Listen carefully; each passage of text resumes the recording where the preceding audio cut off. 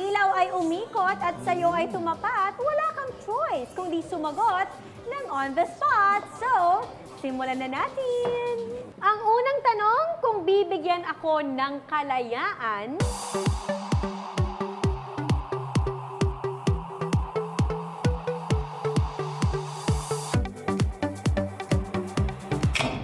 Oy! Pars! Ikaw ang napili ng ating mahiwagang kalayaan. spotlight. Ang tanong, kung bibigyan ako ng kalayaan na gawin ang isang wild na bagay na matagal ko ng pangarap magawa, gusto kong ma-experience ang... Ito, possible mangyari, pero gagawin kong wild. Magtanim ng 1 billion trees.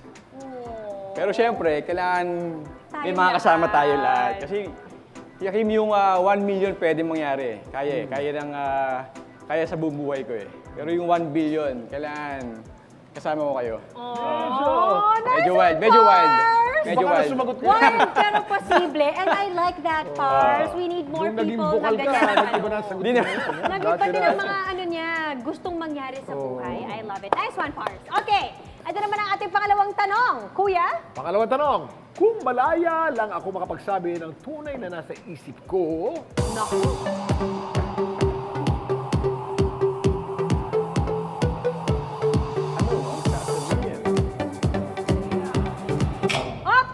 Oh! ay, Lay!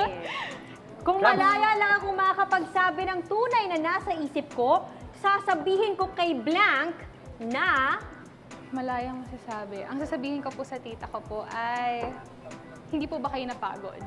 Okay, Ay, bakit hindi yun? siya sabi, pero tanong po. Kasi parang, ang relationship po namin ng tita ko po ngayon ay napaka parang idol lang po. Na syempre po, yung tita ko po kasi nagmalaki po sa akin. Oh. Habang yung mama ko po at papa ko, dati po nagtatrabaho po sila as OFW.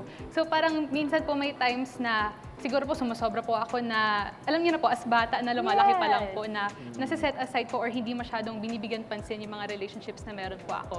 So kumbaga, parang gusto ko lang po sanang matanong sa tita ko na, hindi po ba kayo napagod na Alagaan Opo, ka, na alagaan or po palakihin ako. ka. Opo. And this is something na siguro out of gratefulness Yes po. that you have for your tita who took care of you.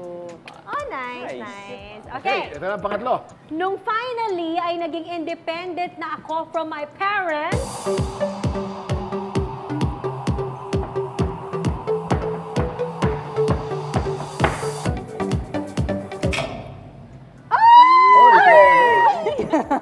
Kailan nangyari? bago-bago lang to, guys. Okay. Nung finally naging independent na ako from my parents, Eh, 40 years ka na ko- independent sa parents mo? Oo, hindi naman. 40 years. Grabe ka. 10 years pa lang. 10 years! Na-realize kong hindi pala madali ang... Okay. Na-realize ko na hindi pala madali ang mag-asikaso ng pamilya at ng bahay.